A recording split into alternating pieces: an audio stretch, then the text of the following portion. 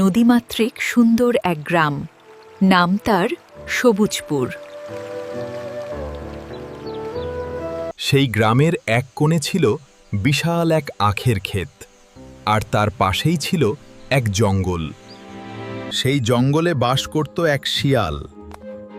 সে ছিল ভীষণ অলস আর অহংকারী। শিয়ালের এই ডিম চুরির অত্যাচারে অতিষ্ঠ হয়ে উঠেছিল গাছের এক ছোট্ট চড়ুই পাখি চুনি। চুনি দেখতে ছোট হলেও সে ছিল দারুণ বুদ্ধিমান। সে শিয়ালকে শিক্ষা দেওয়ার এক ফন্দি আঁটল। পরদিন দুপুরে চুনি উড়ে গিয়ে শিয়ালের সামনের একটা ডালে বসল। ও শিয়াল মামা, শুনলাম বাঘ মামা নাকি বলছে তোমার ডাক নাকি ভাঙা টিনের মতো শোনায়, কেউ নাকি তোমাকে পাত্তাই দেয় না। কি বাঘের এত বড় সাহস!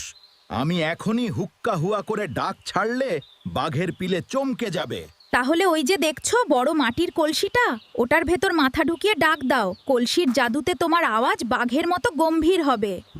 বোকা শিয়াল চুনির জাদুকরি কথার ফাঁদে পা দিল। কইরে চড়ুই, আমার মাথা তো ঢুকিয়েছি, এবার ডাকবো? হ্যাঁ মামা, পুরো দম নিয়ে জোরে একটা বাঘের ডাক দাও।